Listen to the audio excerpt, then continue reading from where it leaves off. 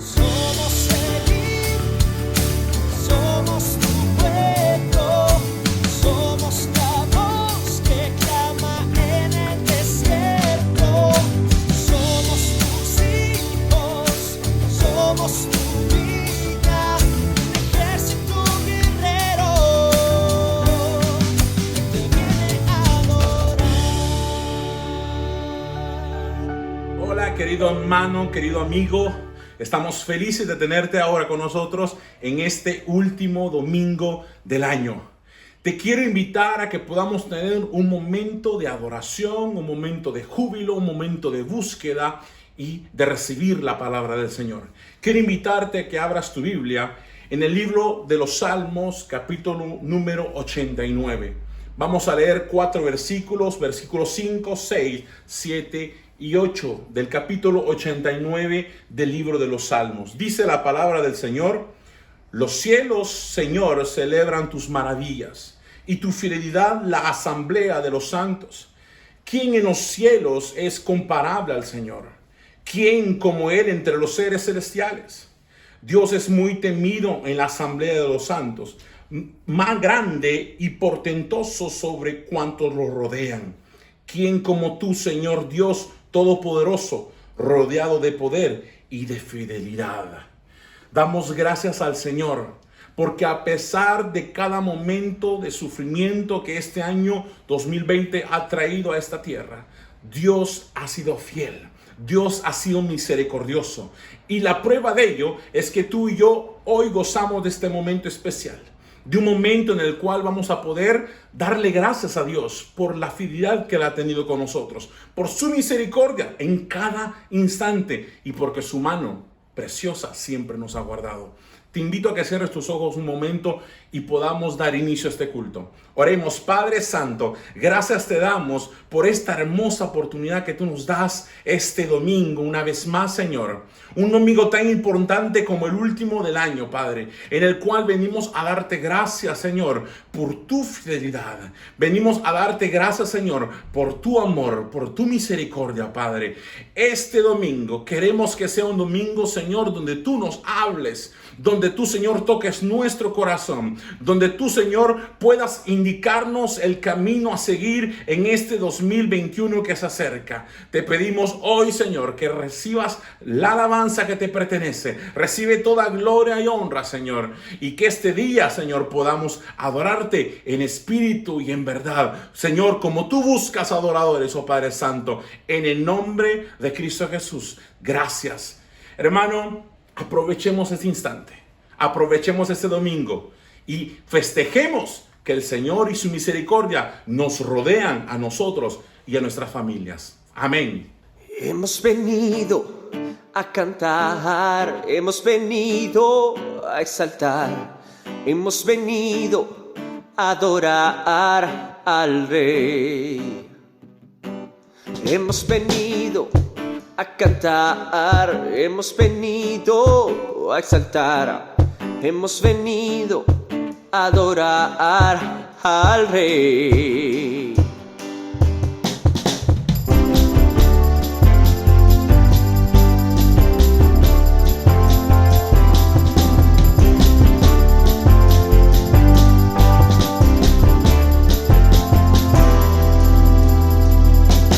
Hemos venido a cantar, hemos venido a exaltar, hemos venido a adorar al Rey. Hemos venido a cantar, hemos venido a exaltar, hemos venido a adorar al Rey. Hoy traemos alabanzas a ti, nos gozamos ante ti.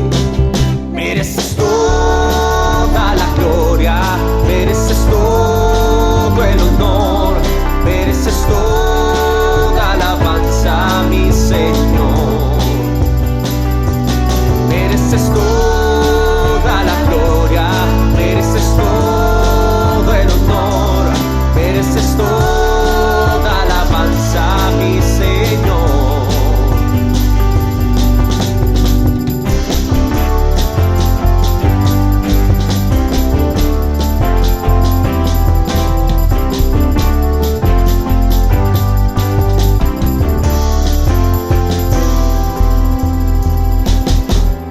venido a cantar, hemos venido a exaltar, hemos venido a adorar al Rey. Y hemos venido a cantar, hemos venido a exaltar, y hemos venido a adorar al Rey. Hoy traemos alabanzas a ti, nos cantamos ante ti. Mereces toda la gloria, mereces todo el honor, mereces toda alabanza, mi Señor. Mereces toda la gloria, mereces todo el honor, mereces toda alabanza, mi Señor. Mereces toda la gloria, mereces todo el honor, mereces toda alabanza, mi Señor.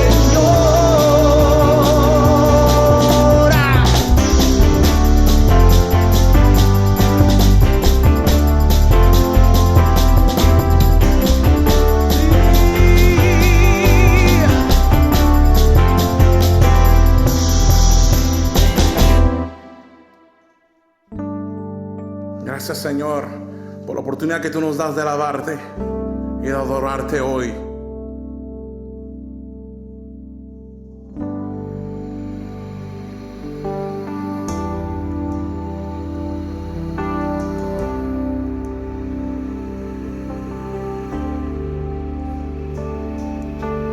Pensando en ti, me encuentro hoy al recordar tu bondad hacia mí y entender tu amor por mí y tu sangre derramada en esa cruz.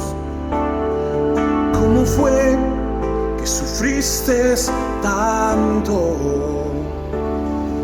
¿Cómo fue que me amaste tanto? ¿Cómo fue que en esa cruz tú entregaste todo?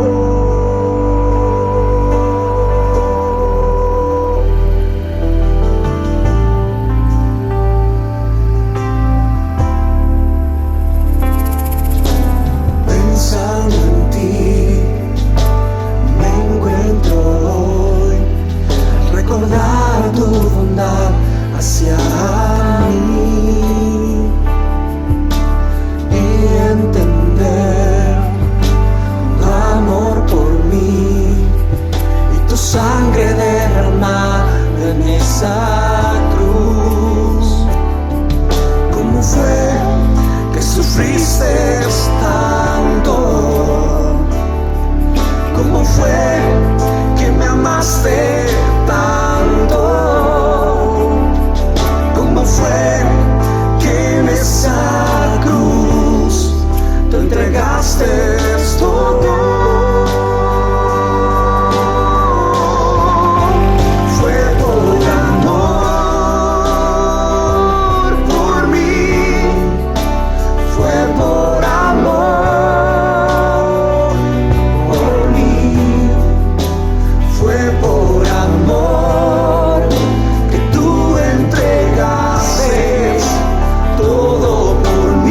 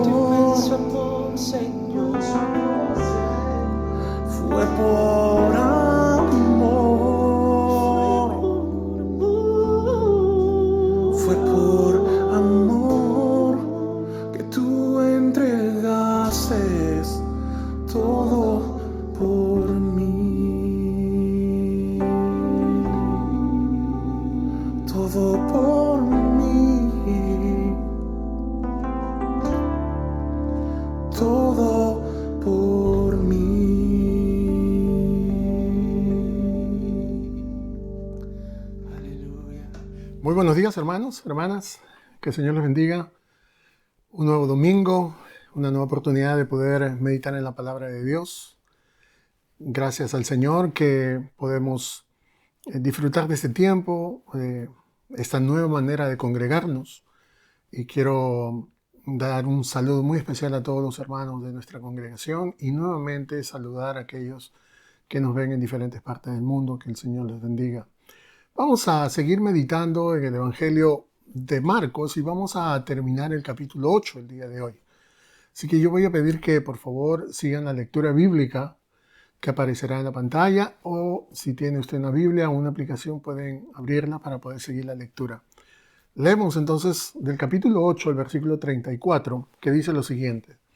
Entonces llamó a la multitud y a sus discípulos.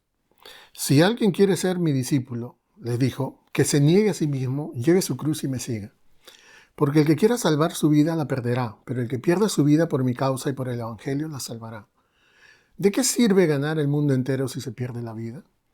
¿O qué se puede dar a cambio de la vida? Si alguien se avergüenza de mí y de mis palabras en medio de esta generación adúltera y pecadora, también el Hijo del Hombre se avergonzará de él cuando venga en la gloria de su Padre con los santos ángeles. Amén. Vamos a orar y le pedimos a Dios que hable a nuestras vidas. Padre, te adoramos, te bendecimos, glorificamos tu nombre en este momento por la gran oportunidad que tú nos das de poder estar reunidos virtualmente en tu nombre, por la bendición que tú nos has dejado, que nos has legado a través de tu palabra. Te rogamos que una vez más hables a nuestras vidas y que podamos ser instruidos, que podamos ser bendecidos a través de la meditación de ella y que podamos nosotros poner por obra todo lo que tu palabra nos enseña. Que las verdades que el día de hoy veamos puedan ser de gran motivación para que este año que empieza que podamos nosotros procurar, esforzarnos por llegar a ser discípulos tal y como tú nos pides, a poder llevar una vida normal, una vida cristiana normal, tal y como estos versículos nos lo enseñan. En el nombre de Jesús te lo pedimos, te damos gracias. Amén. Amén. Nos encontramos en el momento en el cual Jesús sigue charlando con sus discípulos, después de que Pedro, por revelación de Dios, declara que Jesús es el Mesías, el enviado de Dios. Los demás discípulos lo aceptaron, pero nosotros la semana pasada vimos cómo Jesús tuvo una conversación un tanto fuerte con Pedro, porque en el momento en el cual Jesús se dispone a enseñarles acerca de cuál era el objetivo por el cual él había venido a este mundo, cuál era el plan de Dios para el Mesías de Israel, es ahí donde Pedro lo reprende y quiere que realmente Jesús no terminara y sus días no finalizaran de la manera como Jesús lo mencionó. Jesús rápidamente se da cuenta de que no es Pedro el que está hablando, sino que son las palabras de Satanás. Y como lo mencionamos, no echa a Pedro, sino que le pide a Satanás que se vaya y que deje a su discípulo y al resto de los discípulos tranquilos, y sobre todo a él, porque en realidad no estaba procurando las cosas de Dios, sino las de los hombres. Estaba buscando satisfacer las intereses de los hombres y no realmente lo que Dios buscaba. Entonces, Jesús interpreta y ve claramente un impedimento, un intento de impedirlo, de no llegar a la cruz. Y es por eso que reacciona como nosotros lo vimos. Pero ahora nosotros vemos cómo en este pasaje se habla acerca de que Jesús llama a la multitud y a sus discípulos. Y menciona algo que es muy importante con respecto al discipulado, o lo que podría considerarse como el estilo normal de vida cristiana. Ahora, ese es el resumen que el Señor hace acerca del desarrollo del discipulado en la vida del cristiano. Aquí en sus propias palabras vemos la manera como Jesús define lo que él considera como un discípulo. Algo que es muy interesante es el hecho de que Jesús en este momento ya no se dirige solamente a sus discípulos, sino que se dirige ya a la multitud. O sea, que llama a las personas para que todos pudieran escuchar lo que en este momento va a decir. Muchos se han preguntado si lo que Jesús estaba buscando en este momento era hacer más discípulos. Si es que realmente con estas palabras lo que Jesús quería era evangelizar o si simplemente quería básicamente decirle a sus discípulos lo que significaba ser un seguidor de él. O sea, hay muchos comentarios que hacen referencia a lo que realmente, a la intención que Jesús tenía en este momento al decir estas palabras. Pero en realidad lo que nosotros vemos es de que Jesús no está buscando poder enseñar a las personas cómo pueden llegar a convertirse a Él o cómo pueden llegar a convertirse en un verdadero cristiano. No está diciendo que si una persona se niega a sí mismo, que si toma su cruz y comienza a seguirlo, entonces sus pecados serán perdonados y podrá obtener el regalo de la vida eterna. Eso no es el punto central de estas palabras que nosotros vemos. Entonces, Jesús no está haciendo referencia a cómo una persona puede llegar a ser salva, sino más bien está haciendo referencia a cómo una persona salva debe de vivir. Cuál es la manera, cuál es el estilo de vida que debe de llevar. En ese sentido, nosotros podríamos tranquilamente poder hacernos algunas preguntas con respecto a la vida cristiana del discipulado, ¿cierto? Porque muchas personas se preguntan y dicen, ¿es que se puede ser cristiano y no ser un discípulo? Es que realmente en la vida cristiana hay diferentes niveles de vida. Están los cristianos y están los discípulos. Porque aparentemente el discipulado definido de la manera como Jesús lo presenta en este pasaje es muy ajeno a la vida de las personas. Hay mucha confusión en las iglesias y en los círculos cristianos por la manera como viven los creyentes. El estilo de vida que han adoptado o que adoptamos difiere mucho de lo que realmente la palabra de Dios enseña. Y es por eso que hay muchas personas que pueden llegar a pensar, y con mucha razón, de que realmente dentro del cristianismo existen diferentes niveles de vida, de compromiso, y que bueno, es parte de lo que realmente es el conglomerado de la iglesia. Pero lo que nosotros vemos es de que, a pesar de que sean muy importantes esas preguntas, este pasaje nos define claramente qué es lo que realmente es ser un discípulo. Y lo que nosotros vemos es la manera como Jesús con claridad nos da 3 instrucciones acerca de lo que es un discípulo y después nos da 3 razones para poder sostener la verdad que Él está enseñando. Lo primero que Él dice en estos versículos es: si alguien quiere ser mi discípulo, que se niegue a sí mismo. Entonces, lo primero que nosotros vemos en este versículo 34 es de que el hecho de ser discípulo de Jesús implica una elección personal. O sea, ¿por qué? Porque el pasaje dice si alguien quiere. Y la palabra querer significa tener voluntad o determinación de llevar algo a cabo. O sea que no solamente es un deseo, sino es la determinación firme de llevar a cabo algo. Y yo creo que todos aquellos que somos creyentes, que somos cristianos, debemos de determinar de manera personal en nuestros corazones cuál es nuestro deseo. ¿Qué es lo que nosotros deseamos o cuál es el estilo de vida cristiana que nosotros queremos llevar? Queremos ser discípulos de Jesús, como realmente deberíamos de ser. Pero para poder serlo, entonces es necesario tomar una decisión deliberada, consciente. Hay que estar determinados a seguir a Cristo cueste lo que cueste, ¿cierto?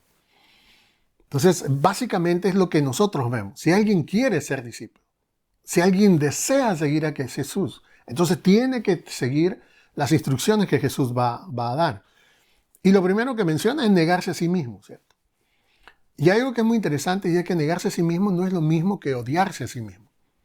¿Por qué? Porque las personas tienen una idea de lo que es negarse a sí mismo, contrario a lo que realmente Jesús quiso dar a entender.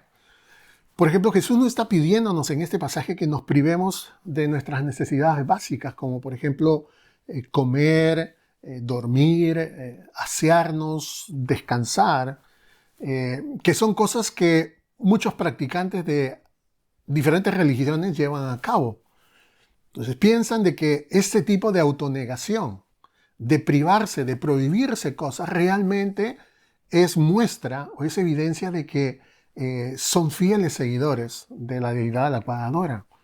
Entonces, pero Jesús no está enseñando eso. Jesús no está diciendo de que hay que privarnos de nuestras necesidades.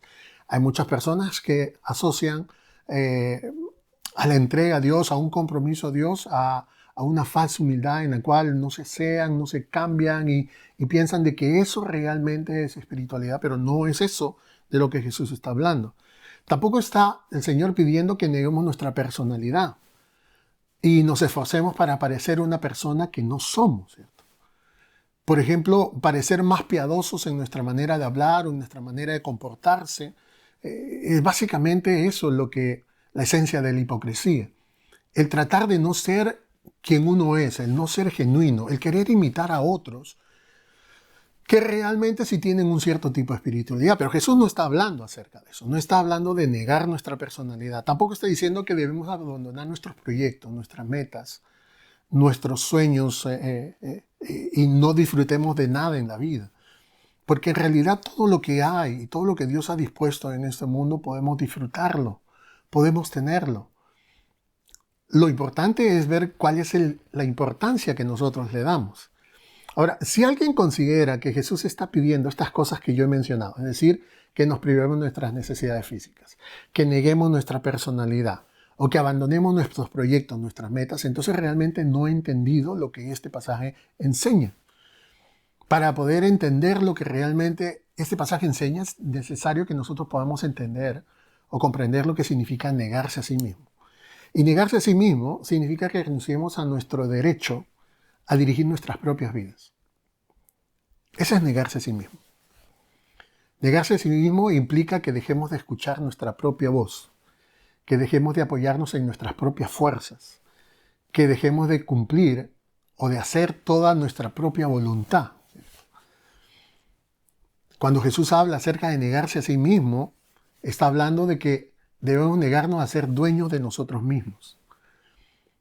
Un cristiano no tiene el derecho final de decidir qué va a hacer y a dónde va a ir si es que realmente es un discípulo del Señor. El problema es que cuando uno lo dice en este término, y hay muchas personas que en este momento pueden estar pensándolo, de que lo que Jesús está enseñando o lo que yo estoy diciendo es algo chocante, ¿cierto?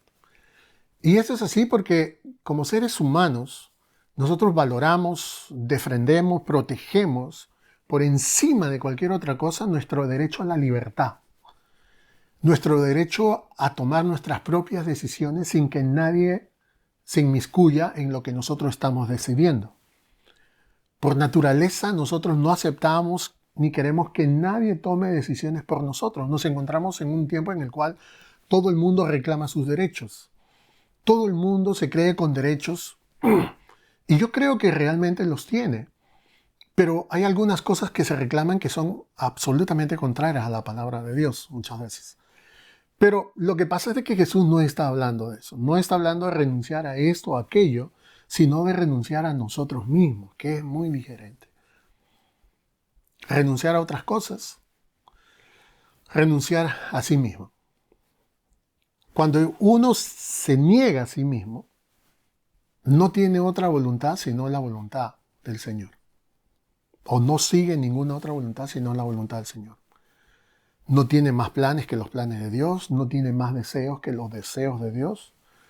Cuando nosotros renunciamos a nosotros mismos, renunciamos a todos nuestros derechos y le entregamos toda nuestra vida para que el Señor tenga el control absoluto de eso. Ese es negarse a sí mismo, ¿cierto?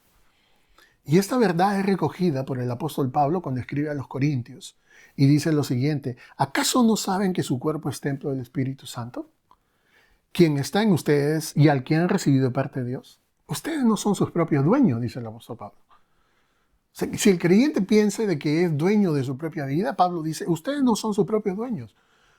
porque ustedes fueron comprados por un precio. Y el precio al cual se refiere el apóstol Pablo en este pasaje hace referencia a la sangre que Cristo derramó en la cruz del Calvario. Entonces, el cristiano que piensa de que es dueño de sí mismo, de sus decisiones, y que puede hacer con su vida lo que quiere, realmente no ha entendido lo que es un discípulo del Señor. Si vamos a seguir a Jesús, ya lo sabemos, no nos pertenecemos a nosotros mismos. Él tiene los últimos derechos. Él tiene el señorío en nuestras vidas. Así que ya no nos pertenecemos a nosotros mismos. Y esto es lo que Jesús quiere decir con que si alguien quiere ser mi discípulo, niéguese a sí mismo, que se niegue a sí mismo.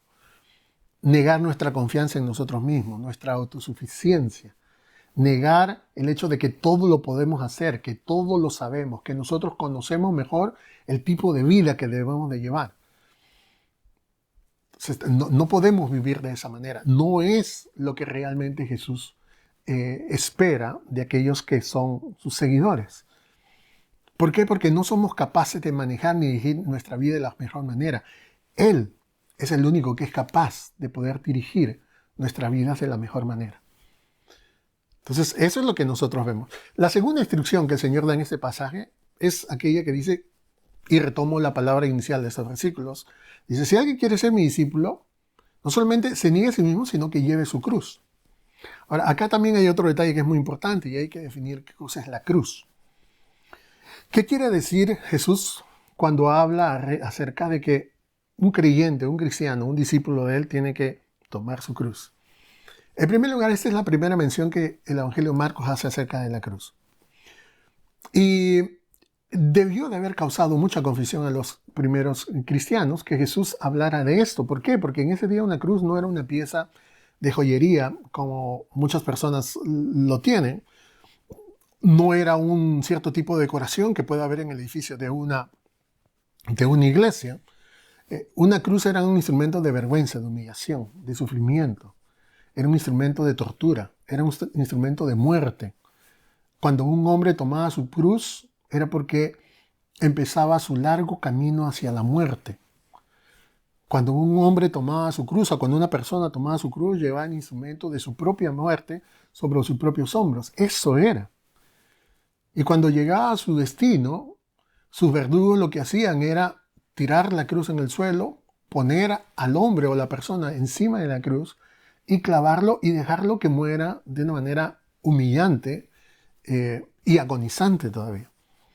Entonces, cuando Jesús llamó no solamente a los discípulos, sino a la multitud, aquellos que en algún momento estaban pensando en enrolarse en las filas de este nuevo Mesías, teniendo la idea de que Él los iba a liberar de la opresión romana, Jesús le dice, bueno, si alguien quiere ser mi discípulo, entonces niéguese a sí mismo y tome su cruz. Probablemente algunos entendieron lo que Jesús estaba hablando, pero lo que significaba era básicamente eso. Ahora, tristemente, la idea de tomar su cruz ha sido nublada en nuestros días. ¿Por qué? Porque mucha gente piensa que una cruz es cualquier tipo de prueba o de dificultad por la que se está pasando o cualquier tipo de discapacidad que alguna persona debe de soportar. Muchos dicen, esa es la cruz que yo estoy llevando. Pero eso no es lo que Jesús quiere decir. Jesús mismo tenía muchos impedimentos, muchas pruebas, muchas dificultades que Él soportó antes de poder llegar a morir en la cruz del Calvario. Pero llevar su cruz no es simplemente una desventaja que una persona puede tener, una dificultad, una prueba, una discapacidad.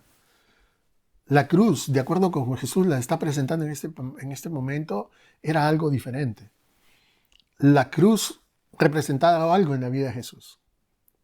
La cruz tenía un significado muy diferente para Jesús. Y la cruz estaba relacionada con la vergüenza, con la humillación. Era la cruz de un criminal en la que Jesús fue colgado. Era un lugar donde fue degradado, donde fue humillado, donde fue vejado, ¿cierto? Y es en ese sentido donde la cruz permanece para siempre como un símbolo de aquellas circunstancias y acontecimientos en nuestras experiencias de vida que nos humilla, ¿cierto?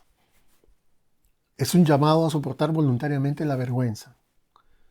Es un llamado que el Señor nos hace a soportar el reproche, la humillación, el sufrimiento, el odio, el repudio, incluso el hecho de que alguien quiera en algún momento quitar nuestras vidas por causa de Él. Y estoy subrayando bien, por causa del Señor. Entonces es muy diferente, ¿cierto? No es lo que nosotros decimos. No es lo que nosotros pensamos acerca de la cruz, es lo que piensa Jesús. Y nuevamente digo, la cruz está asociada con la humillación, con la vergüenza. Ahora, no mucha gente está relacionada con este concepto. Y no mucha gente toma realmente su cruz sobre sus hombros. No hay muchos cristianos que lo hagan. ¿Por qué? Porque básicamente hay muchas personas que lamentablemente comprometen sus convicciones bíblicas cuando necesitan obtener algo o cuando se les facilita para lograr algo. Muchos cristianos mentirán para poder salvar las apariencias, o guardar las apariencias. Muchas personas en la iglesia se comprometerán con el mundo para evitar ser humillados, ser señalados por causa de Cristo. Y tomar la cruz significa que uno está dispuesto a identificarse con Jesús. Eso es lo que significa.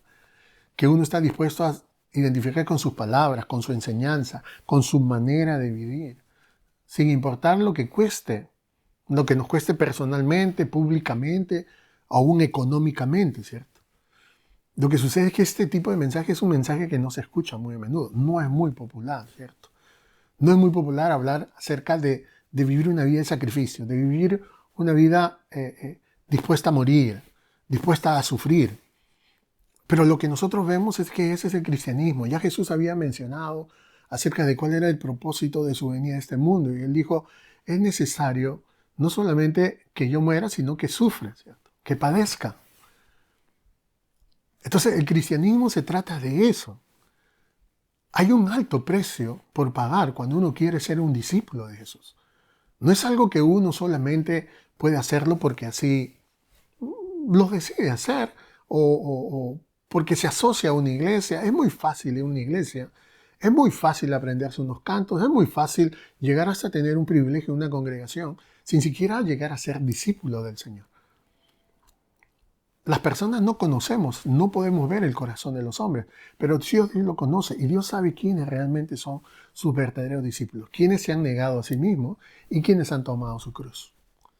La tercera instrucción que el Señor da en este pasaje es, si alguien quiere ser mi discípulo, entonces que me siga. Y esto significa básicamente que aquel que quiere ser un verdadero discípulo de Jesús, entonces toma su lugar detrás del Señor. Y lo sigue a donde quiera que Él lo lleve en total obediencia y sumisión. En realidad, cuando una persona le dice a otro, sígueme, le está dando una orden. Le está diciendo, obedece, ¿cierto?, a lo que yo estoy diciendo. Y sígueme significa elegir hacer o decir lo que Jesús nos dice o nos pide que nosotros hagamos. O nos dice y nos pide que hagamos lo mismo que Él hizo. Y no solamente eso, sino que como nosotros no tenemos el poder para llevar a cabo, porque muchas de las cosas que Jesús nos pide no las podemos hacer con nuestras fuerzas humanas, la Biblia nos enseña de que Él nos da las fuerzas también para poder llevarlo a cabo. Así que seguir a Jesús es imitar su vida, es seguir sus pasos, es vivir de la manera como Él vivió, es hablar como Él habló, es pensar como Él pensó, es actuar como Él actuó. Eso realmente es seguir. Y es algo que realmente uno tiene que hacer si uno quiere ser un discípulo del Señor. De esto se trata el cristianismo, ¿cierto? La vida cristiana es seguir a Jesús, hacer lo que Él dice. Solamente déjeme que le dé un ejemplo, o algunos ejemplos. Cuando la Biblia dice, por ejemplo, o el Señor Jesús dice que amemos a nuestros enemigos, en Mateo 5:44. Cuando dice también ese versículo de Mateo 5:44 que oremos por los que nos maltratan, o por los que nos calumnian, o por los que nos hacen daño. Cuando Jesús dice en el capítulo 6 de Mateo, versículos 14 y 15, que perdonemos a las personas que nos ofenden para que Dios también a nosotros perdone nuestras ofensas. Son cosas que los cristianos muchas veces tenemos dificultades para poder llevar a cabo. Son muchas cosas, son cosas con las cuales nosotros luchamos y no lo queremos hacer. Pero déjeme decirle que estas no solamente son palabras sabias y consejos útiles, esas palabras representan un estilo de vida que el Señor Jesús está poniendo delante de nosotros. No es una opción, no es que si yo quiero lo tomo y si no quiero no lo tomo. Si uno quiere ser un verdadero discípulo de Jesús, esto es lo que tiene que ser. Eso es lo que espera el Señor que nosotros hagamos en el momento que menos a nosotros nos apetezca. Porque no se trata, y ya lo he mencionado, no se trata de hacer lo que nosotros queremos, de nuestra voluntad, se trata de hacer lo que Dios nos pide que nosotros hagamos, de que nosotros podamos negarnos a nosotros mismos, tomar nuestra cruz y poder seguir al Señor de esta manera. Así que cuando no tengamos ganas de obedecer al Señor, cuando no tengamos ganas de amar a nuestros enemigos, de perdonar a los que nos ofenden, básicamente no estamos demostrando que somos discípulos del Señor. Y cuando eso ocurre, el llamado de Dios es que lo hagamos de todas maneras. Por ejemplo, la Biblia dice en Lucas 6:35 que seamos bondadosos con los ingratos y los egoístas. O sea que hagamos el bien a aquellos que son ingratos, que son egoístas. Yo creo que todos tenemos dificultades en este punto, ¿cierto? Porque es difícil ser amable con aquellos que no son agradecidos con nosotros, con aquellos que son egoístas con sus cosas y no comparten las cosas con nosotros. Es muy difícil. Pero ¿qué es lo que nosotros vemos? Es que esto es lo que Jesús nos pide que nosotros hagamos. Eso es lo que realmente Jesús está pidiendo. No se puede vivir una vida cristiana sin realmente hacer lo que Jesús está pidiendo. Uno no puede decir, no, yo soy cristiano, pero eso yo no lo voy a hacer. Eso no lo puedo hacer. Es verdad, no lo puede hacer por sus propios medios, pero lo puede hacer con la ayuda de Dios. Y usted puede amar a sus enemigos, a los que le desean el mal. Usted puede perdonar a aquellos que lo han ofendido, ¿cierto? Usted puede orar por aquellos que lo han maltratado, por aquellos que lo han calumniado, por aquellos que le han hecho daño. Lo puede hacer, ¿cierto? Puede ser bondadoso con los ingratos, puede ser bondadoso con los egoístas. Es más, puede llevar la carga a los unos de los otros, o las cargas de las otras personas. Solamente si usted lo hace en el poder de Dios. Humanamente es imposible. Pero lo que es imposible para nosotros es posible para Dios. Así que sígueme significa obedecer todas estas cosas que he mencionado y todas las otras muchas instrucciones que Jesús nos da en su palabra, en los evangelios. Ahora, algo que es muy interesante terminar este tercer detalle de cuando Jesús dice sígueme, es de que en el griego original, este verbo sígueme, o esos verbos, ¿cierto? Estos verbos de negarse a sí mismo, de tomar la cruz y de seguir al Señor, son mencionados en tiempo presente continuo. ¿Qué significa eso? Significa que la idea es que sigamos negándonos constantemente, que sigamos tomando nuestra cruz constantemente y que sigamos siguiendo al Señor de manera constante. O sea que no es una decisión del momento, no es que a partir de ese momento o después de esta prédica uno tome la decisión de ser un discípulo de Jesús hoy día, o el día mañana, lunes, o esta semana. No, es la decisión de hacerlo constantemente. Hay muchas personas que les gusta hacer dietas, muchas personas que les gusta hacer ejercicio y para poder hacer sus dietas y sus ejercicios ellos tienen un programa. Y en ese programa deciden qué es lo que van a comer, qué es lo que no van a comer, qué ejercicios hacer, cuántos días lo van a hacer, qué es lo que tienen que, cuánto tiempo descansar, cada cuánto tiempo tienen que, qué sé yo, desarrollar algunos músculos. Tiene todo un programa. Bueno, el programa para vivir la vida cristiana tal y como nosotros la debemos vivir se encuentra en este pasaje, ¿cierto? O sea, la vida cristiana es un programa de vida continuo. Es algo que se repite hoy y se repite otra vez.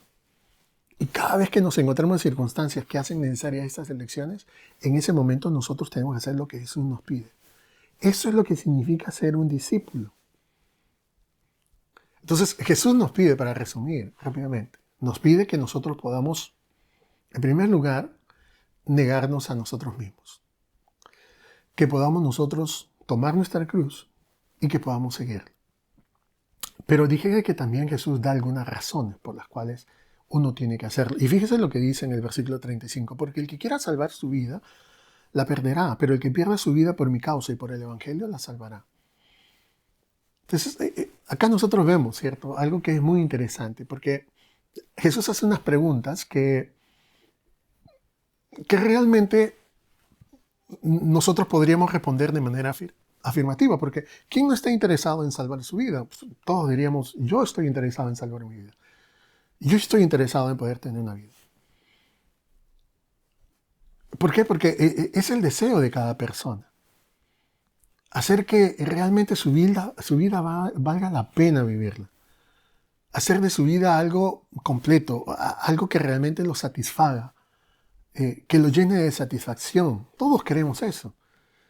En el fondo todos tenemos hambre y todos tenemos el deseo de poder vivir una buena vida. Ahora, Jesús lo que está diciendo en este pasaje es lo siguiente. Si tú quieres tener una buena vida, entonces yo te voy a decir cómo conseguirlo. Y dice, hay dos actitudes que son posibles, solamente dos posibles. Y él la menciona, dice, solo puedes tener una o la otra, no puedes tener las dos. Y Jesús lo menciona. La primera opción es de que tú puedes salvar tu vida ahora.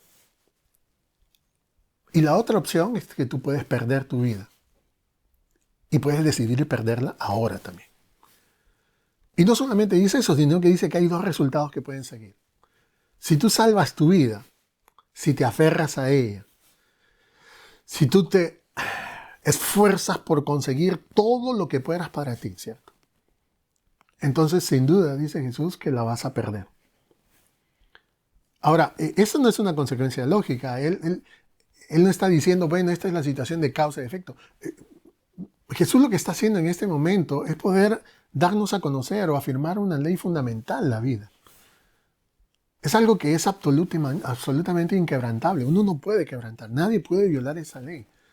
Si salvas tu vida, dice Jesús, la vas a perder. Vas a descubrir tarde o temprano, y más tarde que temprano, que todo lo que tú has obtenido en esta vida, que todo lo que intentaste cuidar, proteger, aferrarte, si te ha escapado de las manos, ya ha terminado insatisfecho, hueco, vacío. Ese es el final al cual este tipo de personas llegan. Aquellos que se aferran a su vida, aquellos que se esfuerzan por lograr todo en la vida, ¿cierto? Hay muchos que están probando vivir de esta manera en vida, que buscan vivir de esta manera.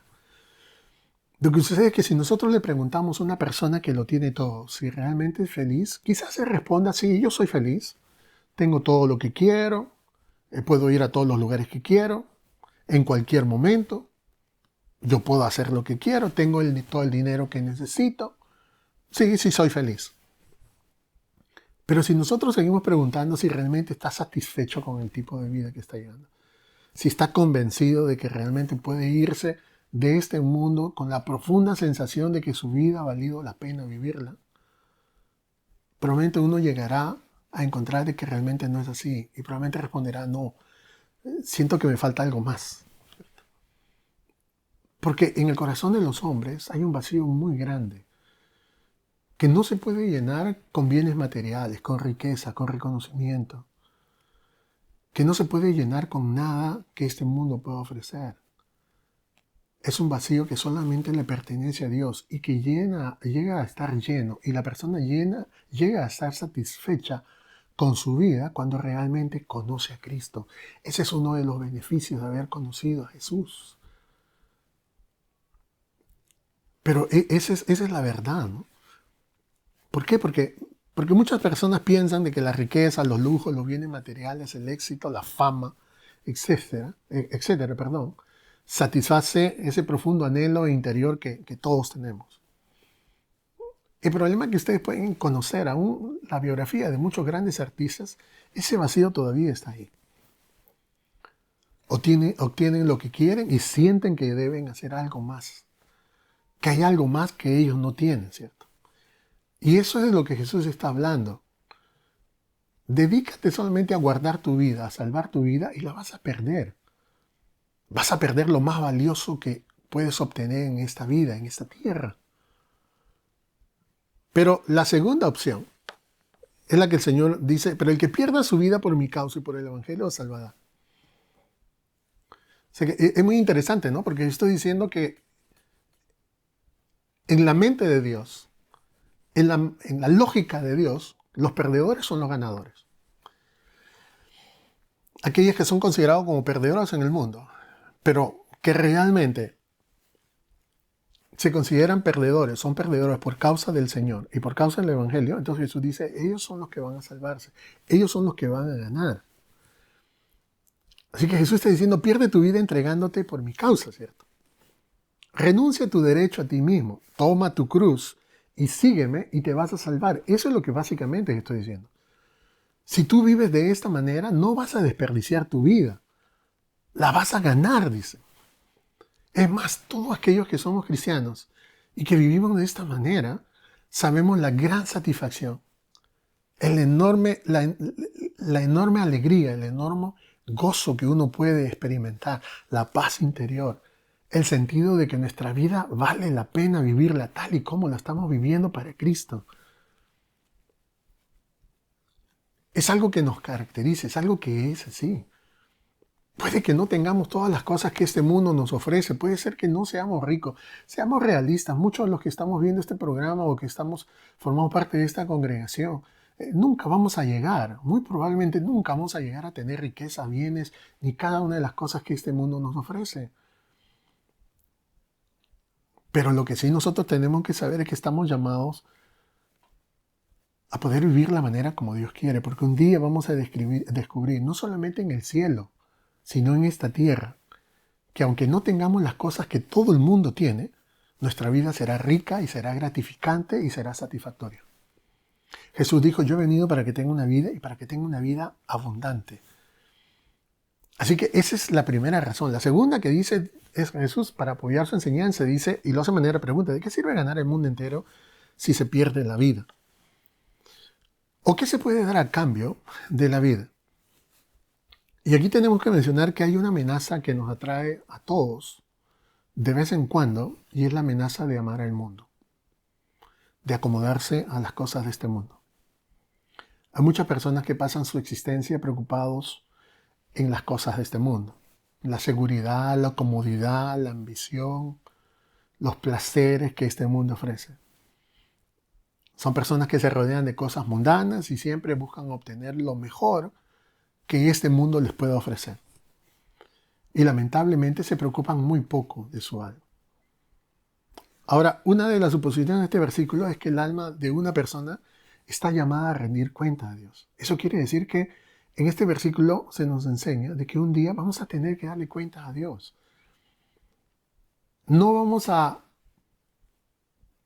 dejar este mundo sin que un día tengamos que nosotros estar frente a Dios y tengamos que dar cuenta de la manera como nosotros vivimos.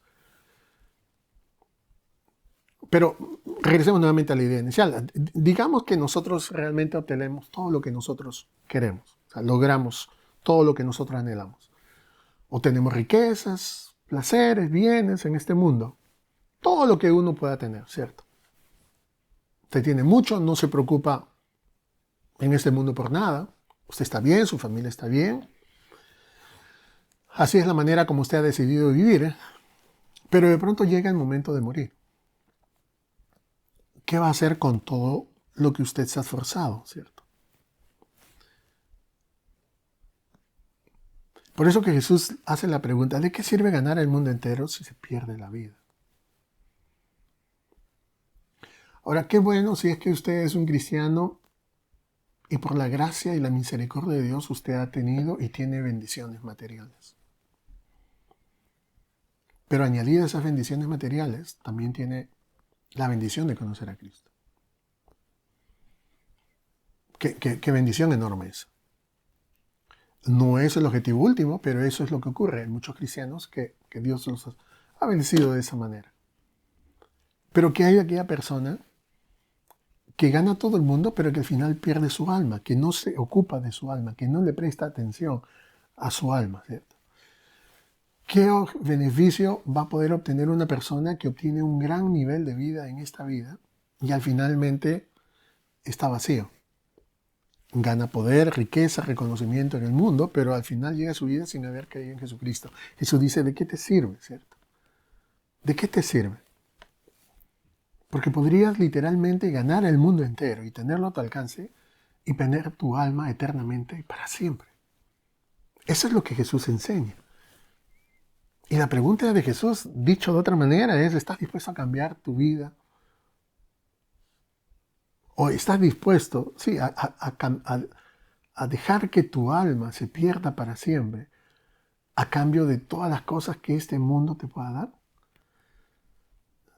¿Sabes que la vida de terrenal, de acuerdo a lo que la palabra de Dios nos enseña y de acuerdo a la experiencia, en los seres humanos promedio no pasa de los 80 años? 80, 85, 90 años. Es un logro también. Pero me temo que las personas que pasan esa edad, 80, 85, 90, tienen más padecimientos y más sufrimientos físicos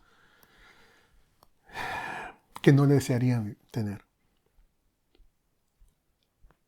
Pero, ¿qué significa un corto lapso de vida?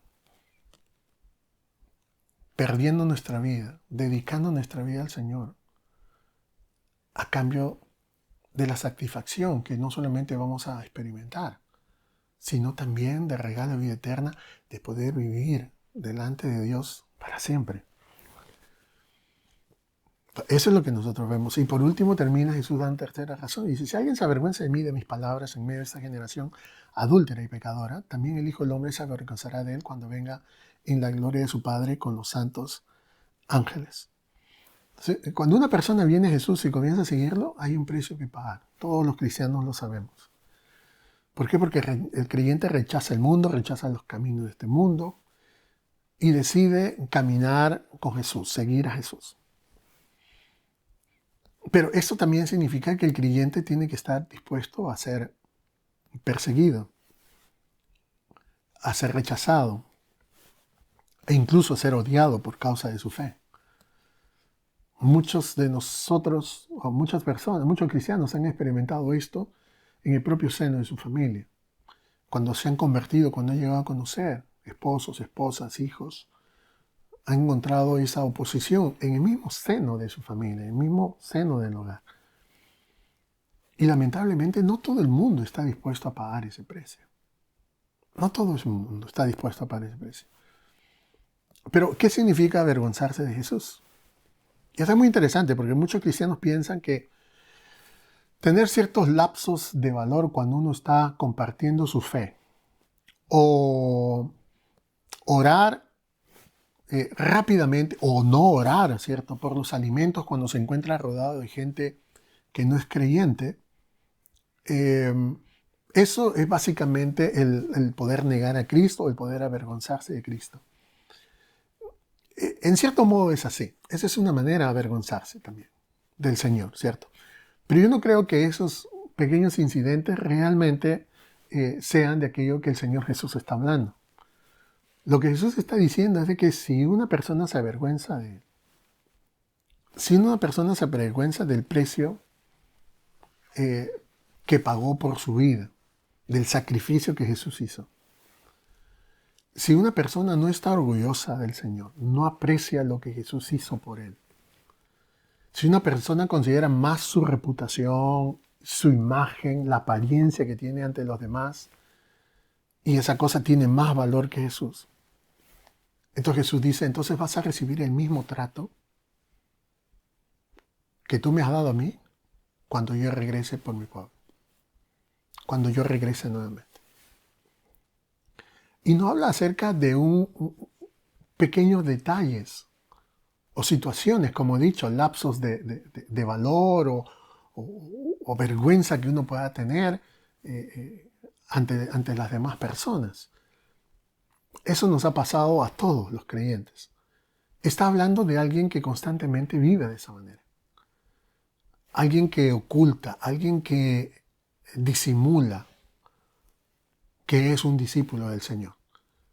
Alguien que no quiere perder lo poco que ha obtenido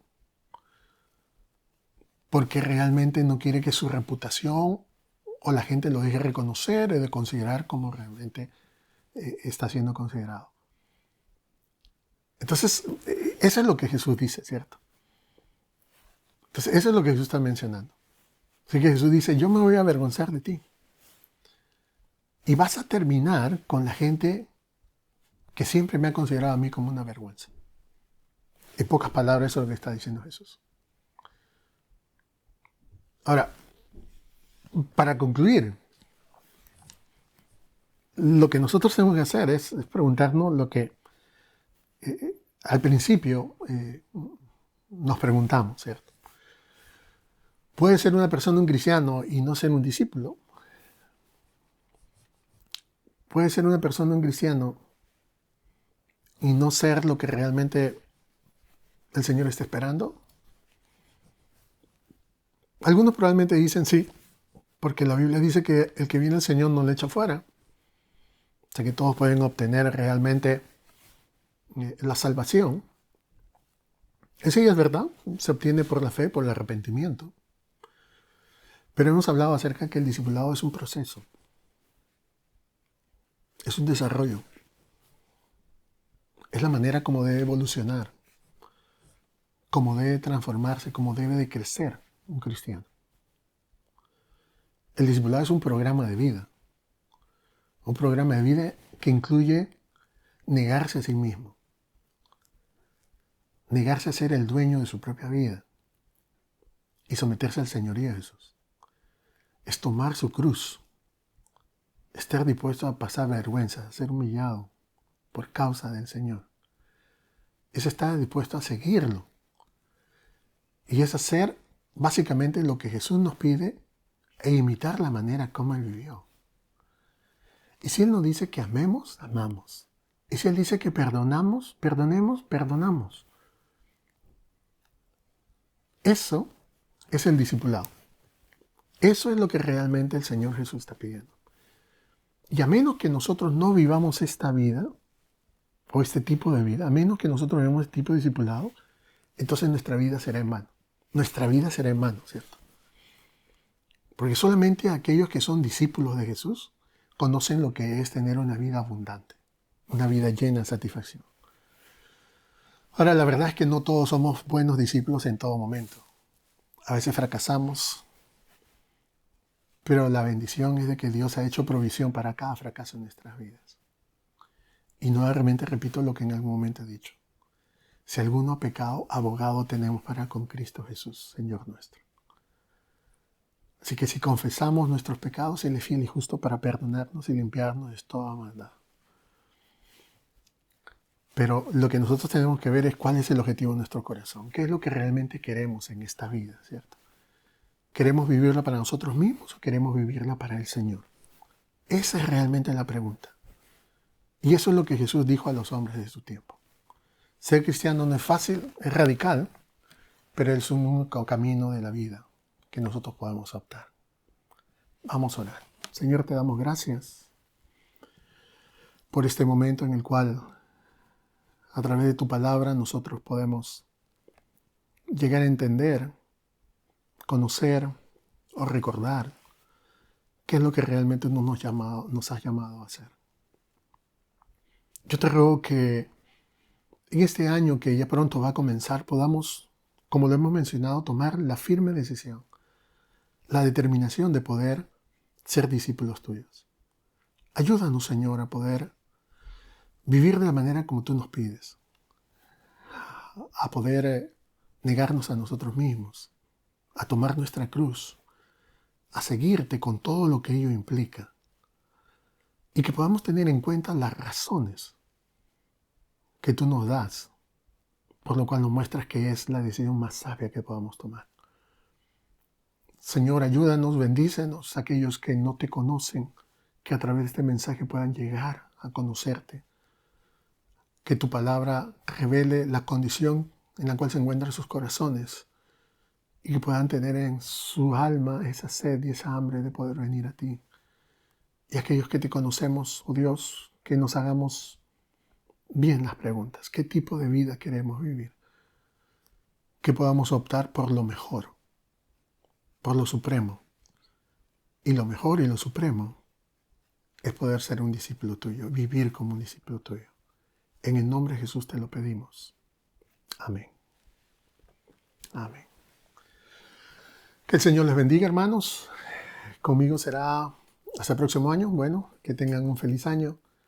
Que el Señor les bendiga grandemente, que puedan tomar este tiempo para reflexionar. Ha sido un año muy triste, muy duro, muy difícil, de manera personal, de manera familiar, quizás económica, social, a nivel global. Como iglesia también hemos sufrido.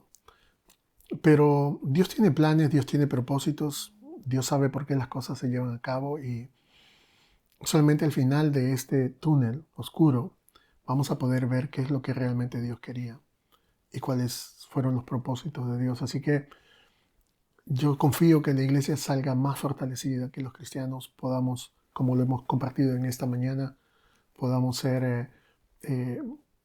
estar dispuestos a poder vivir como discípulos del Señor, a entregarnos, a comprometernos con Cristo este año. No importa las circunstancias, no importa las situaciones. Neguémonos a nosotros mismos, tomemos nuestra cruz, sigamos al Maestro. Vale la pena vivir por Dios, vale la pena vivir por el Señor. Así que hagámoslo, hermanos, ánimo, adelante, que el Señor los bendiga y que podamos aprovechar este tiempo también con nuestros seres queridos. Hasta el próximo domingo, que el Señor los bendiga. Amén. Qué hermoso momento delante de la presencia del Señor, hermano y hermana. Damos gracias también a Dios por su palabra, porque ha hablado a nuestras vidas. Esperamos que este culto haya sido de bendición para sus vidas. Le quiero invitar a que pueda suscribirse a nuestra página de Facebook, a nuestro canal de YouTube, que pueda darle clic a la campanita para poder recibir todas las notificaciones de los servicios que como Iglesia LIM tenemos para ustedes. Y lo más importante, que pueda compartir estos videos con algún amigo, con alguna amiga, con algún familiar que no conoce del Señor o que probablemente está pasando por alguna necesidad. Que el Señor le bendiga su semana y nos vemos hasta el próximo domingo, si Dios quiere.